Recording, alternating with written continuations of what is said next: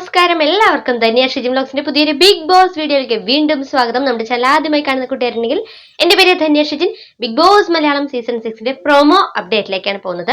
ആദ്യം തന്നെ 2 പ്രൊമോസ് ആണ് വന്നിരിക്കുന്നത്. ഒന്ന് നമ്മുടെ സിജോയുടെ റീ എൻട്രിയും മറ്റൊരു പ്രൊമോ എന്ന് പറയുന്നത് ആ ചോദ്യത്തിനുള്ള ഉത്തരം കിട്ടി, ജബ്രികൾ വേർപിരിയുന്നുവോ എന്ന് പറഞ്ഞുകൊണ്ട് ഏഷ്യാനെറ്റ് ഒരു പ്രൊമോ റിലീസ് ചെയ്തത് നമ്മുടെ ജാസ്മിനും ഗബ്രിയുടെയും ആ ഒരു കോംബോ പിരിയുകയാണോ എന്ന് ചോദിച്ചുകൊണ്ടാണ്. ആദ്യം തന്നെ ഡേ 45 സത്യത്തിൽ ഇവർക്ക് ഈ ഒരു ഗെയിം പുറത്തോട്ട് നെഗറ്റീവ് ആവുന്നുണ്ട് എന്നുള്ളതിന്റെ ഒരു തിരിച്ചറിവ് തന്നെ വന്നു. ഒരുപക്ഷെ ഇത് സ്ട്രാറ്റജി തന്നെ ആയിരിക്കാം, എന്തുമായിക്കോട്ടെ. അത് നമുക്ക് നേരെ പ്രൊമോയിലേക്ക് പോകാം. ആദ്യം തന്നെ ജാസ്മിൻ പറയുകയാണ്, എനിക്ക് ഇതിനൊരു അടിവര ഇടണം.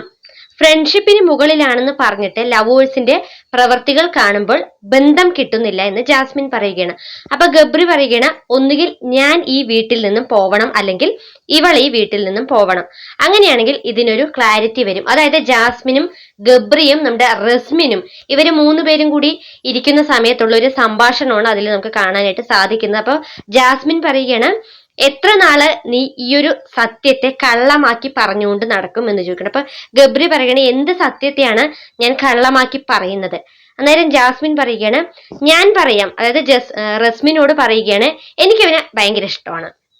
അപ്പൊ ഗബ്രി പറയണേ, എനിക്ക് ഇവളെ ഇഷ്ടമാണ് എന്ന് വെച്ചിട്ട് ഒരു റിലേഷൻഷിപ്പ് ആവാനോ അല്ലെങ്കിൽ ഇവളെ കല്യാണം കഴിക്കാനോ ഒന്നും എനിക്ക് പറ്റില്ല, എനിക്ക് സാധ്യമല്ല എന്നുള്ളത് ഗബ്രി ഓപ്പൺ ആയി പറയുകയാണ്. അപ്പൊ ജാസ്മിൻ പറയുകയാണ്, എന്റെ ചോദ്യത്തിനുള്ള ഉത്തരം എനിക്ക് കിട്ടി. ജാസ്മിന് കിട്ടി എന്ന് പറയുമ്പോൾ ജാസ്മിന്റെ ഒരു തൊണ്ട ഇടറുന്നതായിട്ടൊക്കെ എനിക്ക് ഫീൽ ചെയ്തു. നിങ്ങൾക്കത് തോന്നി എന്നുള്ളതൊന്ന് കമന്റ് ചെയ്യണേ. എന്തായാലും ഈ ഒരു ജാസ്മിൻ ജബ്രി എന്നുള്ള ഈ ഒരു കോംബോ പുറത്ത് പക്ക നെഗറ്റീവ് ആണ് എന്നുള്ളത് നമ്മുടെ റസ്മിൻ ബായ് പനി വന്നിട്ട് ഹോസ്പിറ്റലിലേക്ക് പോയി വന്നതിന് ശേഷം ഹിന്റ് കൊടുത്തിരുന്നു എന്നുള്ളത് ഇന്നലെ ജിൻഡോ ആ ലൈവില് വെളിപ്പെടുത്തിയിട്ടുണ്ട്. അതുകൊണ്ട് തന്നെ ഇപ്പൊ അത് മാത്രമല്ല, റസ്മിൻ പുറത്തുപോയി വന്നതിന് ശേഷം അർജുനുമായിട്ട് കൂടുതൽ അടുപ്പത്തിൽ ആവുകയും അതുപോലെ തന്നെ അർജുനും ശ്രീതും ഇവരുടെ കൂടെയാണ് ഏത് നേരം ഇപ്പൊ റസ്മിന്റെ ഇരുത്ത്. അതുപോലെ തന്നെ ഈ ഒരു ജാസ്മിനോടും ഗബ്രിയോടും മുൻപുള്ള അത്രയും അടുപ്പം ഇല്ലെങ്കിലും ഇപ്പോഴും ചെറിയ രീതിയിലുള്ള അടുപ്പമുണ്ട് എങ്കിലും മുൻപുള്ള അത്ര ഡീപ്നെസ് ഇല്ല. അതെന്തുകൊണ്ടാണ് എന്നുള്ളത് പ്രേക്ഷകർക്ക് മനസ്സിലായി കാണും. എന്തായാലും ഈ ഒരു കോംബോ ഇത് പുറത്ത് നെഗറ്റീവ് ആണ് എന്ന് അറിഞ്ഞിട്ടും ഇതിപ്പോ സായി വന്ന് പറഞ്ഞു, ഓപ്പൺ ആയി തന്നെ സായി ഇക്കാര്യം ഇവരോട് പറഞ്ഞതാണ്, ജാസ്മിനോട് പറഞ്ഞത്. ആ ഒരു സമയത്ത് ഒരുപക്ഷെ ജാസ്മിൻ ആ ഒരു ബന്ധത്തിൽ നിന്നും പിന്തിരിയാമായിരുന്നു. അതായത് കുറച്ചൊക്കെ അകലം പാലിച്ചു എന്നുണ്ടെങ്കിലും മുഴുവനായും പിന്തിരിയാനുള്ള ഒരു അവസരം ഉണ്ടായിരുന്നു.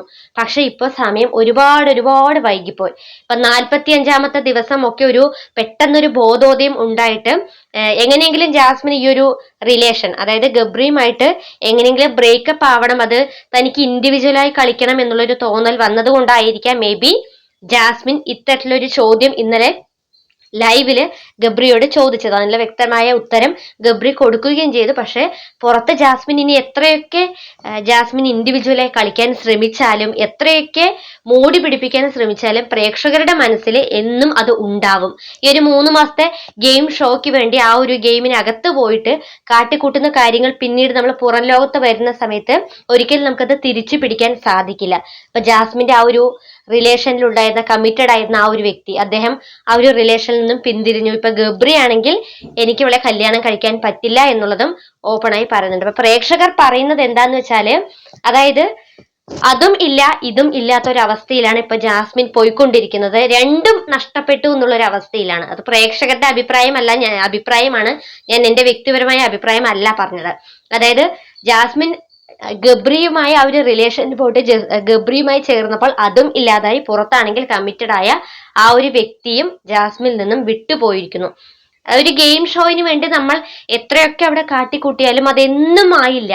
അതായത് ഈ ഒരു സോഷ്യൽ മീഡിയ സജീവമായിരിക്കുന്ന കാലത്തിടത്തോളം കാലം എന്തായാലും അതങ്ങനെ അവിടെ ഉണ്ടാകും. എന്തായാലും ഇപ്പൊ ജാസ്മിനും ഗബ്രിയും വേർപിരിയുന്നുവോ എന്ന് ചോദിക്കുമ്പോൾ തന്നെ വേർപിരിയുന്നുണ്ട് എന്നുള്ളത് നമുക്ക് മനസ്സിലാക്കാൻ സാധിക്കുന്നുണ്ട്.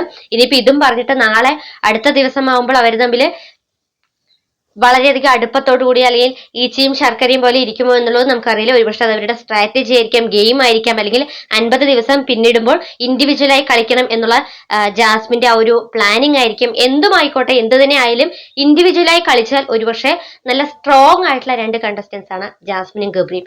ഇൻഡിവിജ്വൽ ആയിട്ടാണ് അവർ കളിക്കുന്നത് എന്നുണ്ടെങ്കിൽ ബെസ്റ്റ് ആയിട്ട് പെർഫോം ചെയ്യാൻ പറ്റുന്ന ആ ബിഗ് ബോസ് വീട്ടിലെ തന്നെ ഏറ്റവും നന്നായ എല്ലാ സ്ട്രോങ് കണ്ടസ്റ്റൻസിനെക്കാളും ടോപ്പ് 5-ലും ടൈറ്റിൽ വിന്നർ വരെ ആവാൻ സാധ്യതയുള്ള 2 കണ്ടസ്റ്റൻസ് ആണ് ഗബ്രിയും ജാസ്മിനും. ഇത് ആദ്യ ദിവസം മുതൽ തന്നെ അല്ലെങ്കിൽ ഈ ഒരു കോംബോ ഉണ്ടാക്കിയെടുക്കുന്ന ആ ഒരു സമയത്ത് ശക്തിയായി ഗെയിം കളിച്ചിരുന്നു എന്നുണ്ടെങ്കിൽ ഇപ്പോൾ അവർക്ക് പുറത്ത് ഇത്രയധികം നെഗറ്റീവും ഉണ്ടാവില്ലായിരുന്നു, ഹെയ്റ്റേഴ്സും ഉണ്ടാവില്ലായിരുന്നു. ഒരുപക്ഷെ ഇപ്പോൾ സപ്പോർട്ടേഴ്സിനെക്കാളും ഏറ്റവും കൂടുതൽ ഉള്ളത് ജാസ്മിനും ഗബ്രിക്കും ഹെയ്റ്റേഴ്സ് ആണ്. എന്ത് തന്നെ ആയിക്കോട്ടെ, അതൊരു ഗെയിം ഷോയാണ്. ഇനിയെങ്കിലും മാറി ചിന്തിച്ച് ഇൻഡിവിജ്വലായി കളിച്ച് നല്ല രീതിയിൽ തന്നെ മുന്നോട്ട് വരട്ടെ. അവർക്കുണ്ടാകുന്ന എല്ലാ നെഗറ്റീവ്നെസ്സും മാറി കിട്ടണേ എന്നുള്ളത് നമുക്ക് ആത്മാർത്ഥമായി ആശംസിക്കാം. സോ പ്രേക്ഷകർക്ക് എന്താണ് ഈ ഒരു വിഷയത്തിൽ പറയാനുള്ളത്? നിങ്ങളുടെ വിലയേറിയ അഭിപ്രായങ്ങൾ താഴെ കമന്റ് ബോക്സിൽ അറിയിക്കുക.